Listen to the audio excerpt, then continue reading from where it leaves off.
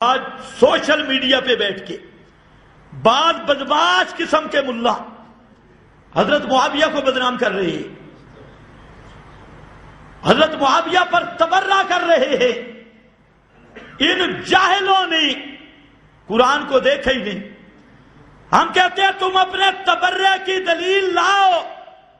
حضرت معاویہ پہ تبرہ کرنے والوں اور بکواس کرنے والوں، چاہے یہ کوکب ظلمانی ہو یا وہ ابو جہل یا حنیف قریشی، یہ ہو، ہم چیلنج سے کہتے ہیں لاؤ اپنی دلیل، ہاتھو برہانکم، جس کا نام دلیل ہو۔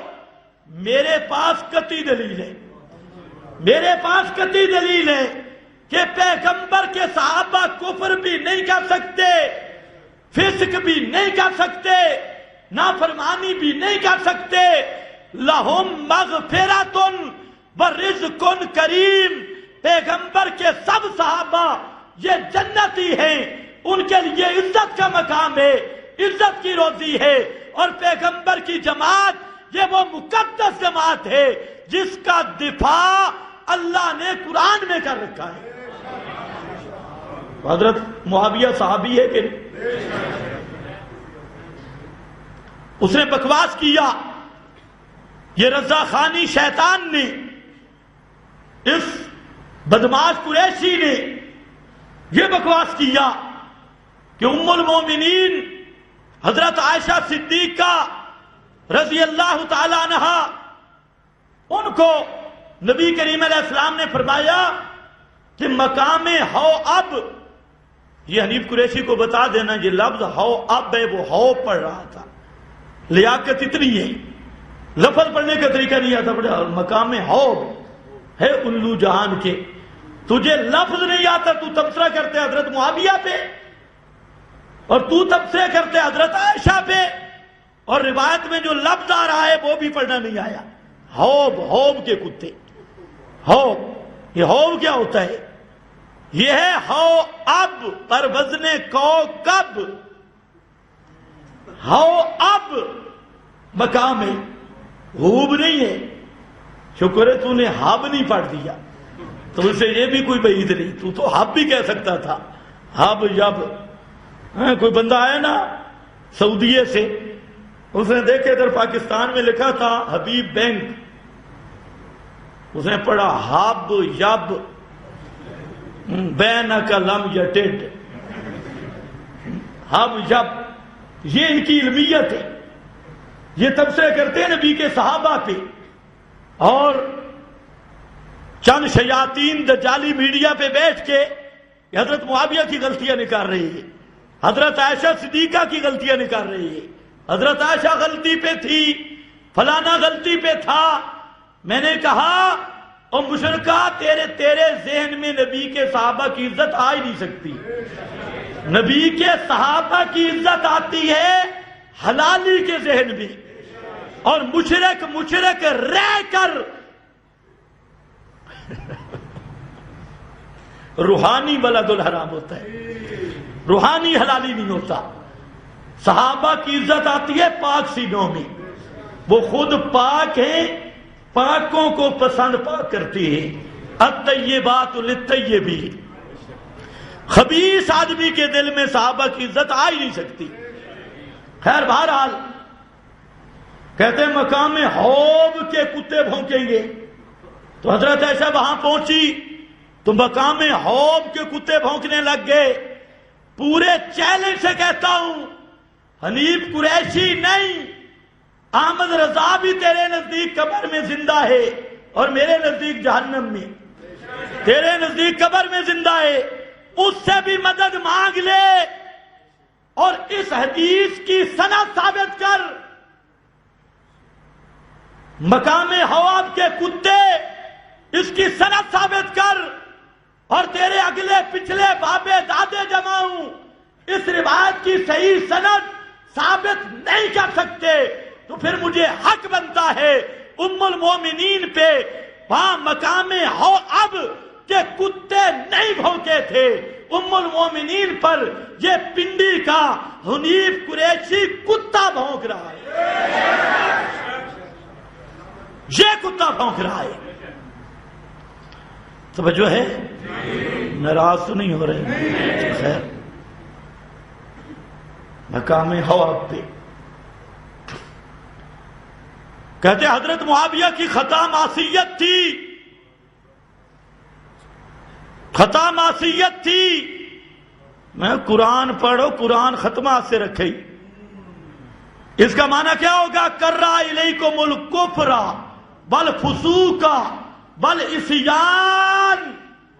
قرآن کہتا ہے پیغمبر کے صحابی معصیت کرتے نہیں، عصیان ان کے قریب آتا نہیں.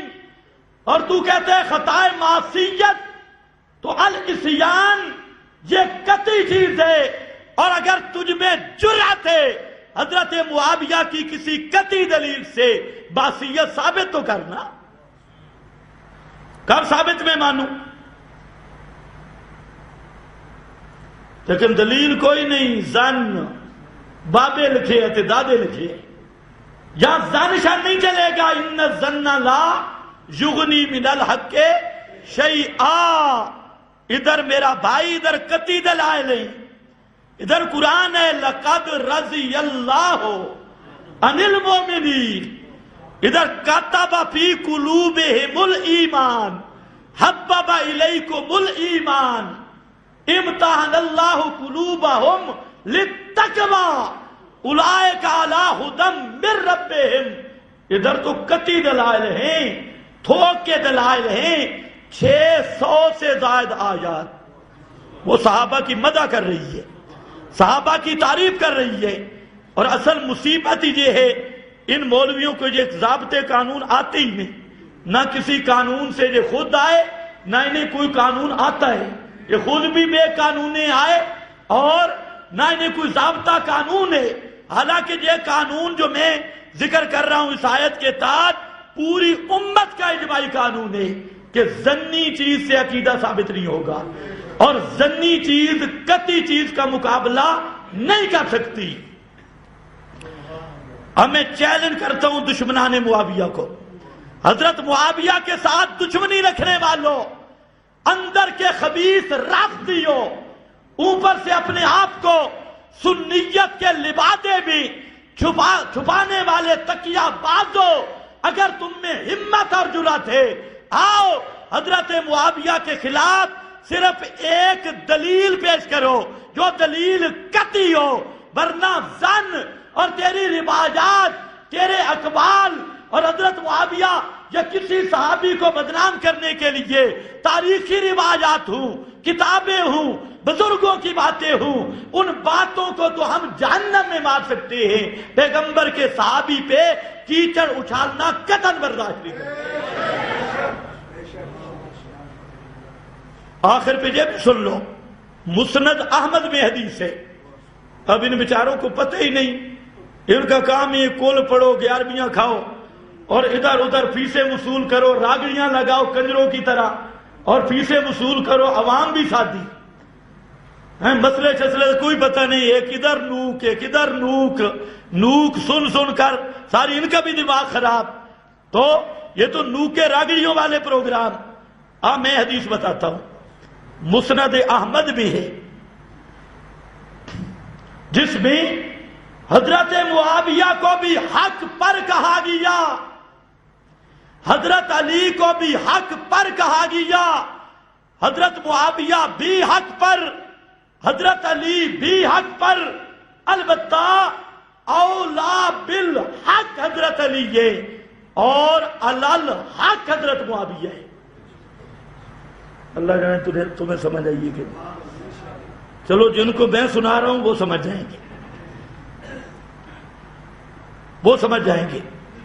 نہیں تو پھر کوئی مقام متعین کر میں تجھے پڑھا دوں.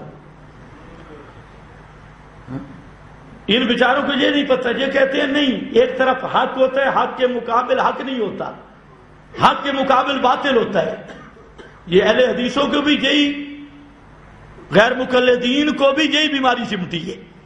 کہتے ہیں حق میں تعدد نہیں ہوتا، حق ایک حق ہوگا دوسرا باطل ہوگا، ایک حق ہوگا دوسرا خطا ہوگا. میں نے کہا کبھی یہ بھی ہوتا ہے ایک حق ہوتا ہے دوسرا احق ہوتا ہے، ایک حق ہوتا ہے ایک اولا بالحق ہوتا ہے. سمجھ آئیے آپ کو؟ حق کے مقابلے میں ہمیشہ خطا نہیں، حق کے مقابلے میں ہمیشہ باطل نہیں. کبھی حق کی نسبت یوں بھی ہوتی ہے، ایک چیز حق دوسری ہے احق. بولو، ایک حق اور دوسری احق، ایک حق اور دوسری احق. لیکن یہ بات ان کو کون بتائے؟ اور حدیث میں آتا ہے اولا بالحق، یعنی احق حضرت علی ہوں گے اور علل حق حضرت معاویہ ہوں گے. صحیح سند کی حدیث ہے، حضرت معاویہ بھی حق پہ، حضرت علی بھی حق پہ.